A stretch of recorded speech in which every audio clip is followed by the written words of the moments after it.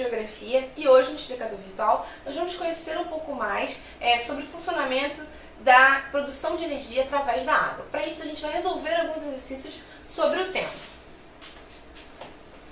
Então, a aula de hoje é uma aula de exercícios sobre o uso da água como fonte de energia.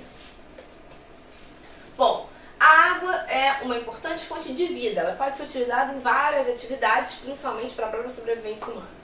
Podemos utilizar esse bem para diversas funções. A produção industrial utiliza água, a agricultura utiliza água, a própria vida doméstica precisa muito de água. Sobre a utilização da água como fonte de energia, responda. Qual é o nome das usinas produtoras de energia através da água? Bom, usinas eu vou chamar aquela parte da indústria que é capaz de produzir uma fonte de energia especificamente.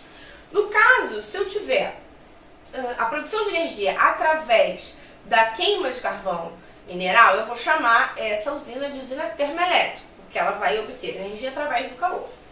Eu posso utilizar a fissura, a quebra de um elemento radioativo. Então, eu vou chamar essa usina de usina nuclear. Então, dependendo do tipo de fonte que eu vou utilizar, eu vou ter um nome específico.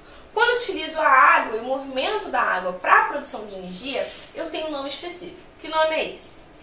Bom, as usinas que vão produzir energia através da água são chamadas de usinas hidrelétricas. Hidro, geralmente, a gente usa como prefixo para água. Então, toda vez que a gente vê essa palavra, pode facilitar. Então, eu produzo eletricidade através da água, Eu vou utilizar o movimento da água para produzir eletricidade. Essa é uma questão simples, é simplesmente citar. Ela pode aparecer numa prova com essa forma específica, para você responder, ou poderia aparecer como forma de múltipla escolha. Essa como uma das alternativas e outras alternativas. Usina nuclear, usina termoelétrica,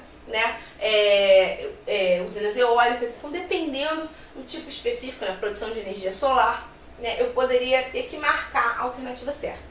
Essa é uma forma simplificada e de entender. Então, algumas pessoas chamam de hidroelétricas e algumas pessoas chamam de hidrelétricas, mas das duas formas pode ser considerado correto.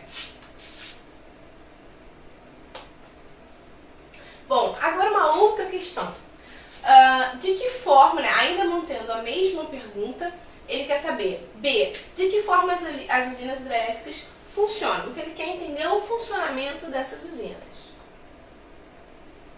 Bom, as usinas hidrelétricas vão funcionar através da transformação da energia mecânica, que é a força da água, pela energia elétrica. Isso vai acontecer dentro das usinas quando o peso da água movimenta as turbinas. Na verdade, as turbinas têm umas pás e essa força da água ela vai movimentar. Então, seria mais ou menos como se eu estivesse utilizando aquele modelo de força. Quando você está utilizando algum movimento de força, eu estou produzindo uma energia. No caso da usina hidrelétrica, tem a capacidade de transformar essa força mecânica, que é a força, por exemplo, de andar, que é essa força de andar, em eletricidade. Elas têm geradores que vão fazer isso. Então, eu preciso ter o peso da água, a força de movimento da água para produzir esse tipo de energia. Então, é importante que eu tenha essa movimentação. Então, obviamente, eu preciso de um volume de água grande para fazer isso. É aquela lógica que a gente já tinha visto em algumas aulas, de você pedalar e com o pedalar você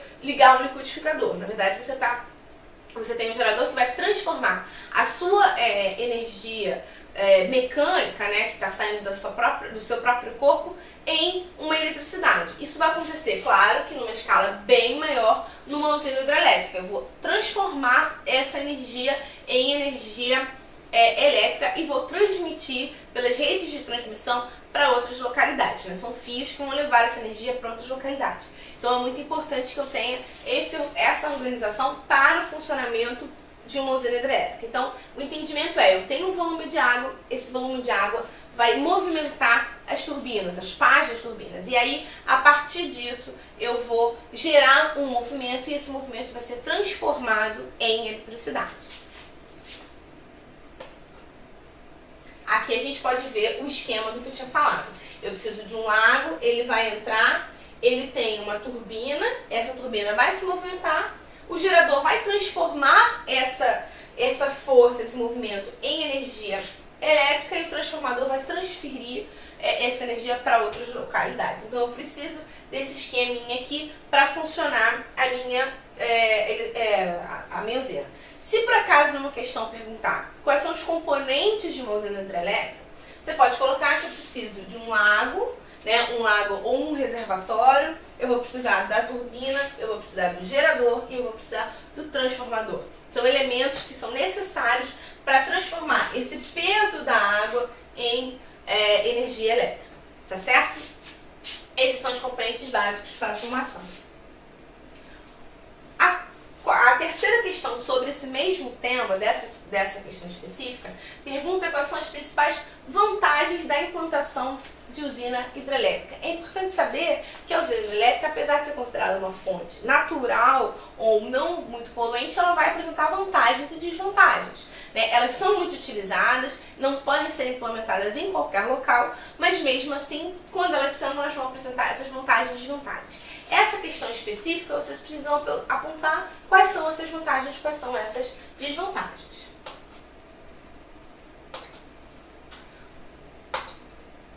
Vantagens. Por que é bom construir essa usina?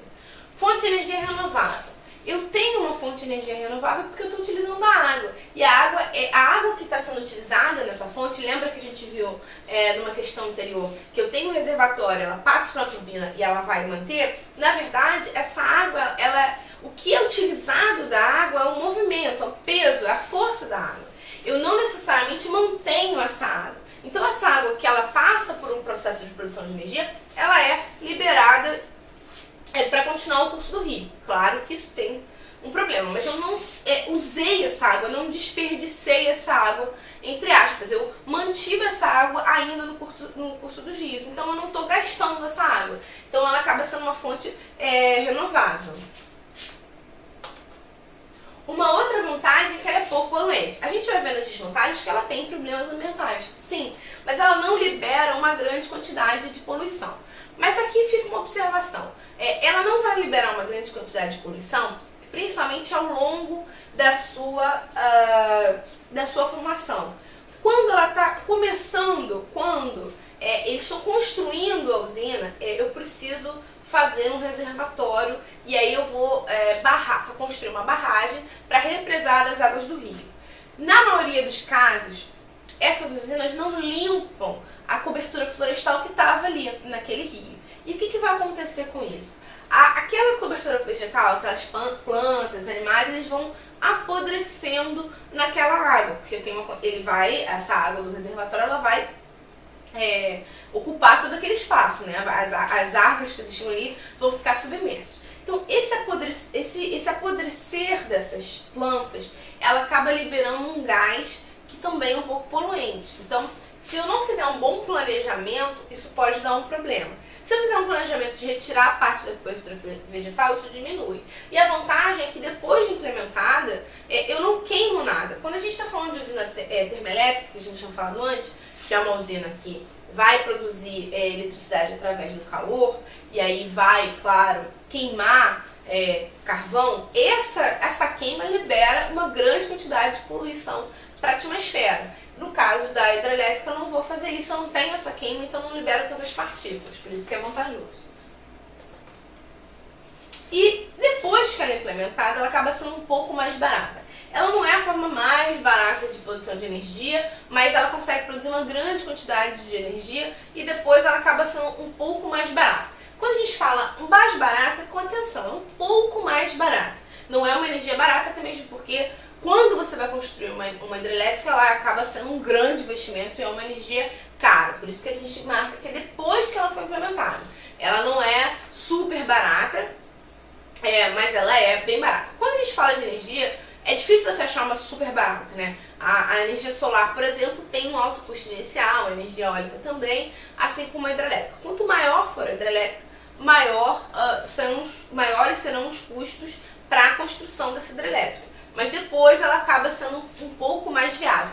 Eu diria que ela é viável economicamente. É possível que você tenha vantagens econômicas em construir. E agora que a gente viu algumas das vantagens, vamos ver as desvantagens.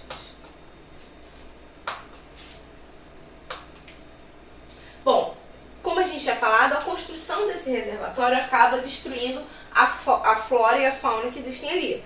Principalmente porque eu preciso ocupar uma grande área para a construção desse reservatório. Então isso é um problema.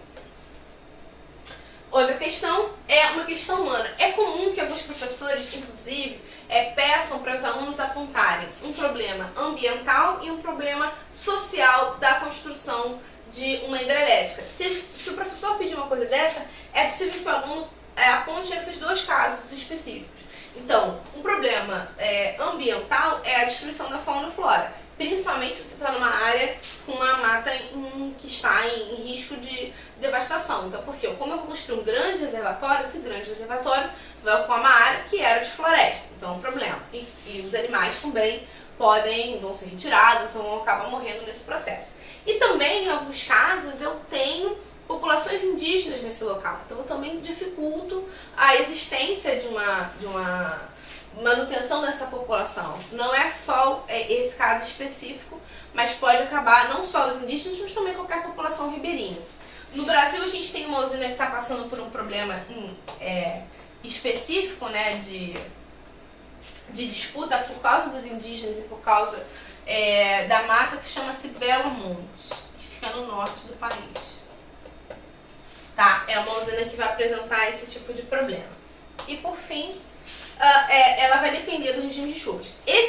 No ano de 2014, especificamente, o Brasil apresentou um problema de regime de chuvas, porque um verão atipicamente sem chuvas provoca uma redução do nível da água, e aí foi necessário que as usinas termoelétricas fossem utilizadas, porque a gente não tinha água suficiente no reservatório. Então, a dependência de chuvas é uma desvantagem da construção dessas usinas também.